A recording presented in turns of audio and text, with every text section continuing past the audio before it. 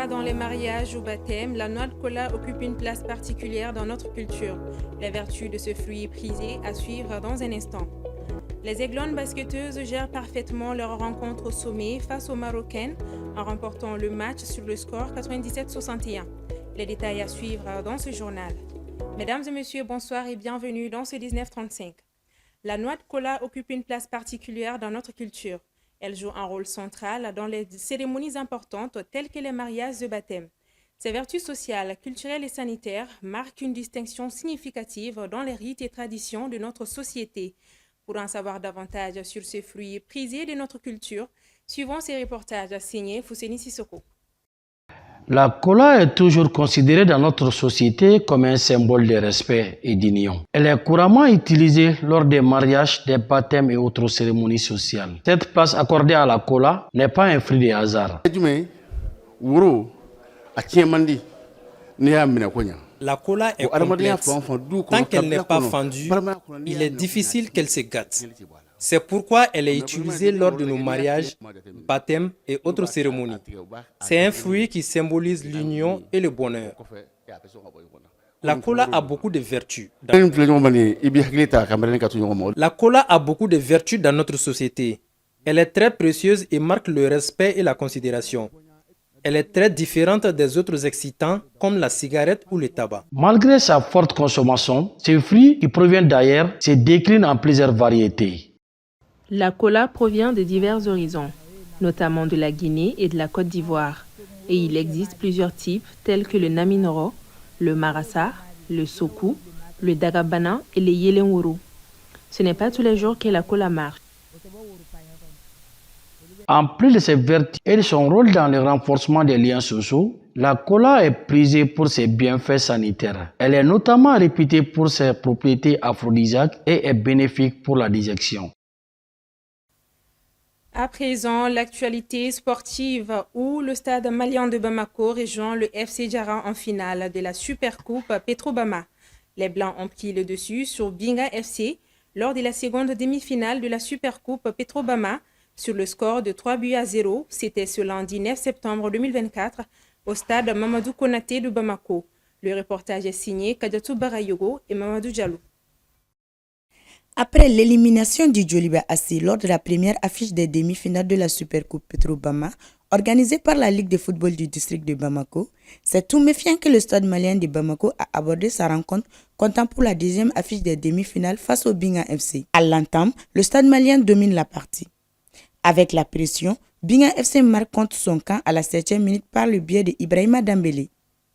Et rebelote à la 36e minute sur une magnifique passe de Daouda Koulibaly, Lassine Kouma marque le second but pour le stade. La pause interviendra avec ce score de 2-0. Malgré la pluie, les stadistes entament avec la même intensité. À la 60e minute, les protégés du coach Sekou s'offrent leur meilleure opportunité. Malheureusement, le portier stadiste Souleymane Koulibaly sort le grand jeu et met le cuir hors d'état de nuire.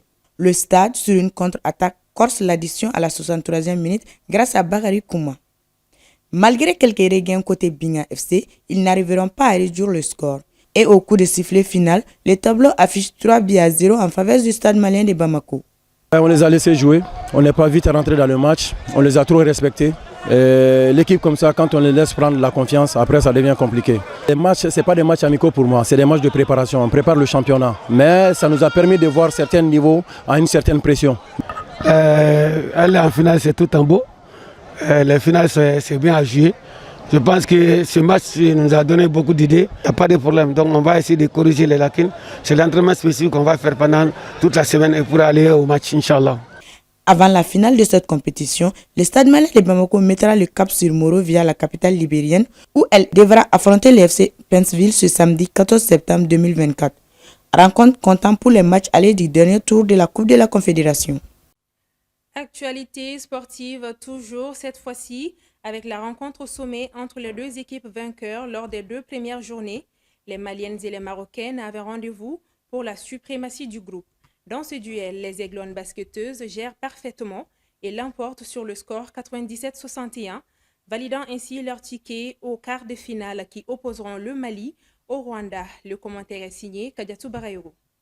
Véritable choc des titans entre les deux favoris du groupe, le choc Mali contre le Maroc a tenu toutes ses promesses. Premier quart-temps de haut niveau avec les deux équipes qui se suivaient de près. Score de parité 19-19 avant que les Maliens ne se détachent 23-21. Lors du second quart-temps, les Marocains y reviennent beaucoup plus décidés et forcent les nôtres à un nouveau score de parité 42-42 à la pause. Quoi de plus pimenter les deux derniers quart-temps pour qui connaît le sélectionneur Sori Diakité et ses pouliches. Au troisième quart-temps, les Aiglones basketteuses version face à la Zambie refaisaient surface. Elles ravagent tout sur leur passage et prennent l'écart 75-48. Au quart-temps de la vérité, les Maliennes continuent d'impressionner au point de laisser sans voix leur adversaire du jour, puisque l'objectif n'était plus de gagner, mais aller chercher le chiffre 3. Malheureusement, elles se contenteront de ce score de 97-61. Avec 3 victoires sur 3, les championnes en titre valident leur qualification pour les quarts de finale.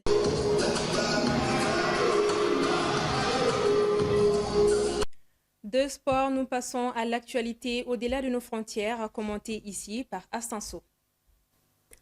60 ans à faire la différence est le thème de la célébration des 60 années d'existence de la Banque africaine de développement BAD. Les festivités de la célébration du soixantenaire de la banque ont débuté ce mardi 10 septembre 2024. La célébration mettra en lumière le parcours de la banque depuis sa création le 10 septembre 1964, son rôle transformateur dans le développement de l'Afrique et sa vision pour l'avenir du continent. Akinmui Adesina, président du groupe BAD, a traduit sa gratitude à tout le personnel pour le travail sans relâche. Il est revenu sur quelques chiffres depuis l'existence de l'institution. Selon lui, le capital de départ était de 250 millions de dollars et 575 projets financés. À ce jour, c'est un capital de 318 milliards de dollars. Dans un communiqué diffusé le 9 septembre 2024, le coordinateur du système des Nations Unies au Tchad, Dr François Batalingaya, a annoncé l'enlèvement de 6 agents expatriés travaillant pour le compte de l'ONG Alima Alert Santé par un groupe non étatique dans la province du lac Tchad. Selon le document, ils ont été capturés par des membres d'un groupe armé non étatique lors d'une incursion à Fendé-2, une localité située à 8 km de Kissoua, sous-préfecture de Liwa. Parmi les 6 personnes enlevées, l'une aurait été tuée, 3 auraient réussi à échapper à leurs ravisseurs, tandis que les 2 autres sont toujours portés disparus, a précisé avec réserve le Bureau des Affaires humanitaires. Dans son dernier rapport 2024 à 2025, Country Brand Ranking Tourism Edition, le cabinet espagnol Bloom Consulting a décerné au Maroc une étape importante, l'élevant à la 2e place du classement du tourisme en Afrique. C'est la première fois que le Maroc dépasse l'Afrique du Sud, désormais juste derrière l'Égypte, et consolide sa réputation de destination touristique de premier plan sur le continent. Le rapport souligne l'impressionnante progression du Maroc attribué aux progrès réalisés en matière d'engagement sur les réseaux sociaux, de performance en ligne et d'attrait général de la destination. L'Afrique du Sud, quant à elle, est tombée à la 3e place. Parmi les 35 principales destinations africaines évaluées, 20 ont montré des améliorations, notamment Sao Tomé et Principe, a progressé de 8 positions, tandis que la Côte d'Ivoire, boostée par la Coupe d'Afrique des Nations 2024, est classée 11e au classement. Voilà, c'était l'essentiel qu'il fallait retenir sur l'actualité du jour. Merci à vous de l'avoir suivi. Au plaisir de vous informer. Bonsoir.